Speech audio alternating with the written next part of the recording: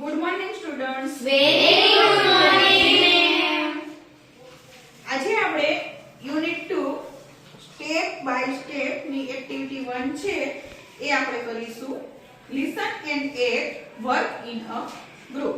હવે આપણે શું કરવાનું કે અહીંયા આપણે કાગળની હોડી બનાવવાની છે. તો આપણે એના સ્ટેપ વાંચતા જઈશું અને એ હોડી એટલે કે બોટ બનાવતા જઈશું. એના માટે આપણે જરૂર પડશે કાગળની. કાગળમાં તમે બુકનો કાગળ પણ લઈ શકો, પછી બુક ભરાઈ ગયો યુઝ કરી તો તેનામાંથી પણ હોડી બનાવી શકો, અને પસ્તી હોય છાપાની એમાંથી પણ તમે હોડી બનાવી શકો.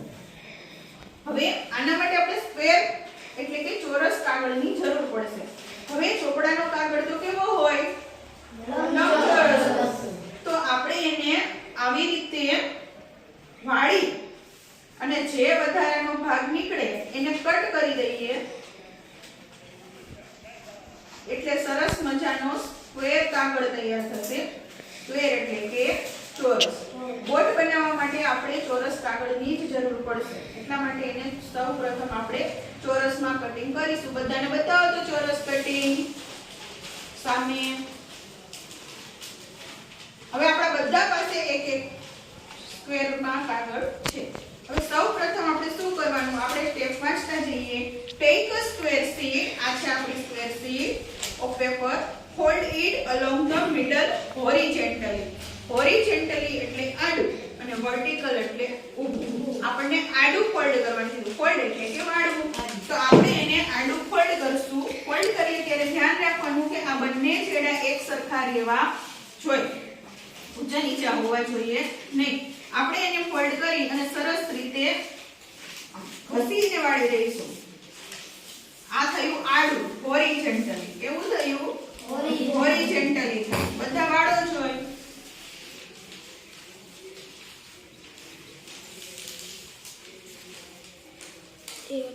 અટરાચ આવી રીતે વાળવાનું છે. પેલા ચોરસને કરી હવે એને વાળ. હેલ્પ કરે ને સીમ. ઓકે, બે છેડા સરખા કરો. ચાલો બધા બતાવો બધાને કે હોરિઝોન્ટલી કેમ વાળવાનું છે. ઓકે, આપણો આ સ્ટેપ કમ્પ્લીટ થઈ ગયું. Then fold it again. Again એટલે ફરીવાર વાળવાનું છે, પણ આ ટાઈમ આપણે વર્ટિકલી એઝ શોન આમાં જે બતાવ્યું છે એ પ્રમાણે ઊભું વાળવાનું છે. હવે વર્ટિકલ એટલે ઊભું. તો ઊભું વાળવા માટે આપણે આ કાગળ ઊંચો રાખો. બધાય તમારી મોઢાની સામે રાખો, તમારા ફેસ સામે રાખો અને એને આવી રીતે વાળો. અને આ બે છેડા કેવા થવા જોઈએ? સરખા. અને પછી ઘડી સરસ મજાની આમ કરી દેવાની. બધી સાઈડથી આપણે એને ઘસી. You get a folded square. હવે આપણને કેવું સ્ક્વેર મળ્યું? ફોલ્ડેડ એટલે કે વાળેલું સ્ક્વેર. સ્ક્વેર એટલે ચોરસ. એટલે પહેલા તો સિંગલ સ્ક્વેર હતું, ફોલ્ડ કરેલું નતું, પણ આપણે ફોલ્ડ કર્યું ને તો આકાર કેવો રહ્યો? આનો શેપ છે સ્ક્વેર જ રહ્યો, ચોરસ રહ્યો. હવે હું કીધું છે કે fold the remaining 3 flaps as shown. હવે 3 ફ્લેપ્સ એટલે કે 3 ભાગ વાળવાના છે. બરોબર? અને એક ભાગને અલગથી વાળવાનો છે. તો હવે અહીંયા આપણે આને આમ સામે રાખો. તમારી આ ખુલ્લો ભાગ સામે રહેવો જોઈએ. જે સ્ટેપ છે એ પ્રમાણે જ કરો. ખુલ્લો ભાગ સામે રાખો અને એક જ ભાગ વાળો. ચાલો બધાયને મને એક ભાગ વળેલો દેખાવો જોઈએ. કેવી એક જ ભાગ વાળવાનો છે. હાલો બતાવો એક ભાગ વળેલો. ચાલો વ્યુઅર્સ ને બતાવો. આવી રીતે એક ભાગ વાળવાનો છે. મને બતાવો સામે. Very good. હવે કેટલા ભાગ વધ્યા? 1 2 અને 3. એને પણ તમે આમ સરસ રીતે વાળી દો. આ બંને છેડા આવી રીતે ભેગા થઈ જવા જોઈએ. બધાને વળી ગયું અને પછી ઘસી નાખો.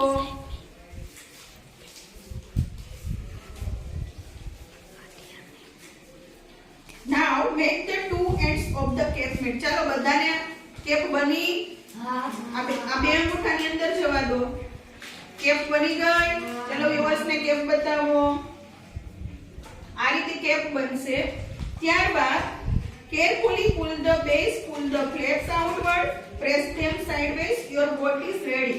હવે આપણે આંગળી અંદર નાખી તમે કેપની અંદર. પછી જુઓ અહીંયા બે થશે. એને આંગળી નાખી હવે ઘડીને આમ કરી લો હજી એક ચોરસ થશે નો થઈ મને કહેજો પછી બધી બાજુથી ઘસી લો ચાલો જેને ન થતું એ મને કહો હા એને કર એટલે 18 જેમ તું કરીશ ને એટલે અહીંયા આમ ચોરસ બની જશે શિવને હેલ્પ કર જેને ચોરસ ન બને એ મને કહેજો પૂજાને હેલ્પ કર કીજે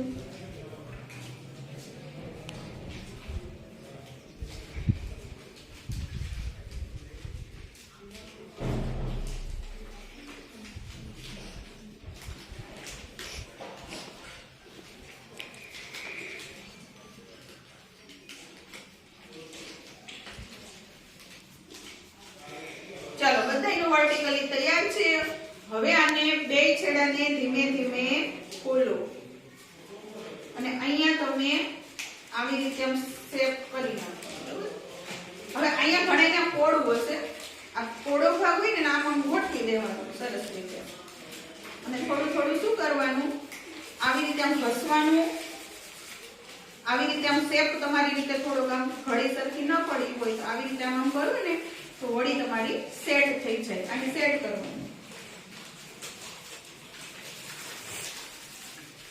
હવે જ્યારે વરસાદ આવે ત્યારે સરસ મજાનું ફન થાય વહેતા પાણીમાં આપણે હોળીને શું કરવાની વહેવા દેવાની તો ચાલો બધાની બોર્ડ તૈયાર છે વ્યુઅર્સને બતાવો અહીંયા આપણી step by step unit 2 same 2 activity 1 board ready થઈ જાય છે